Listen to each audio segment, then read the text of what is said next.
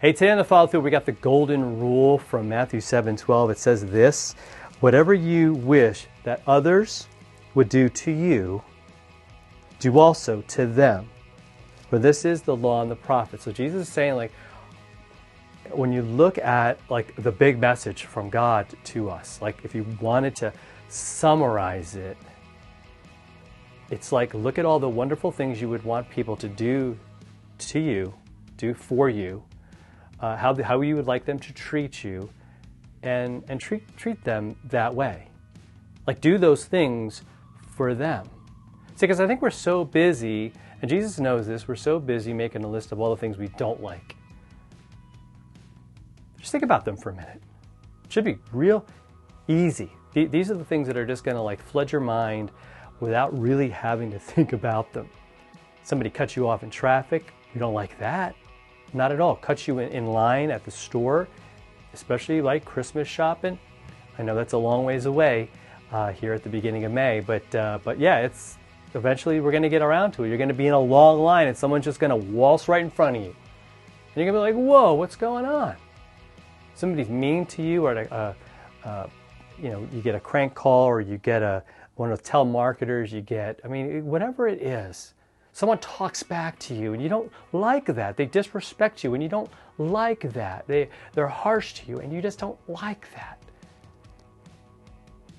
So we know what we don't like being done to us. And so this is the starting point. It's saying, okay, so now you know some things, some ways you shouldn't treat other people.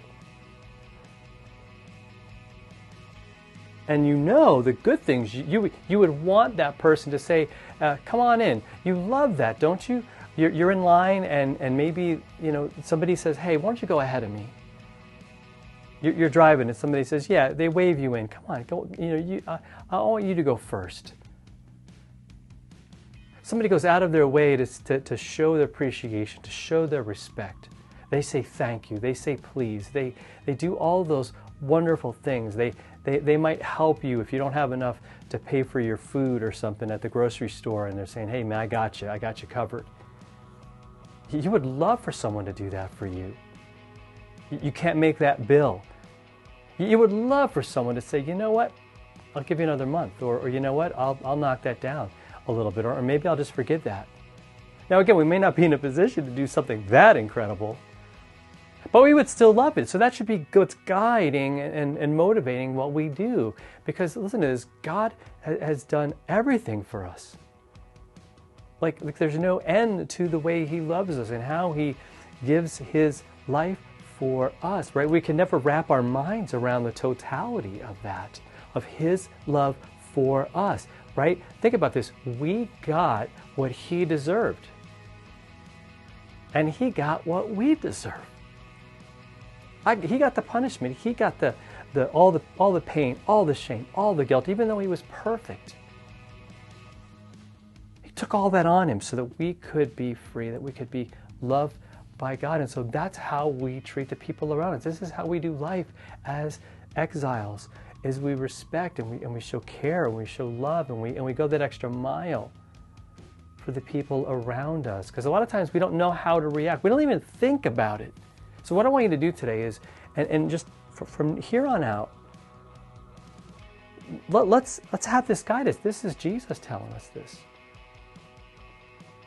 Instead of saying, what's going to get me ahead, what's going to get me to work faster, or what's going to get me more money quicker, say, how would I want to be treated?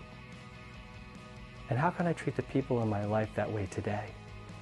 Right, on your way to work, when you're at work, when you're at school, when you're at home. Not how can they all serve me, but how can I serve them? Not what can they all give me, but what can I give them? And let's love God with everything we've got. Talk to you next time for another follow through.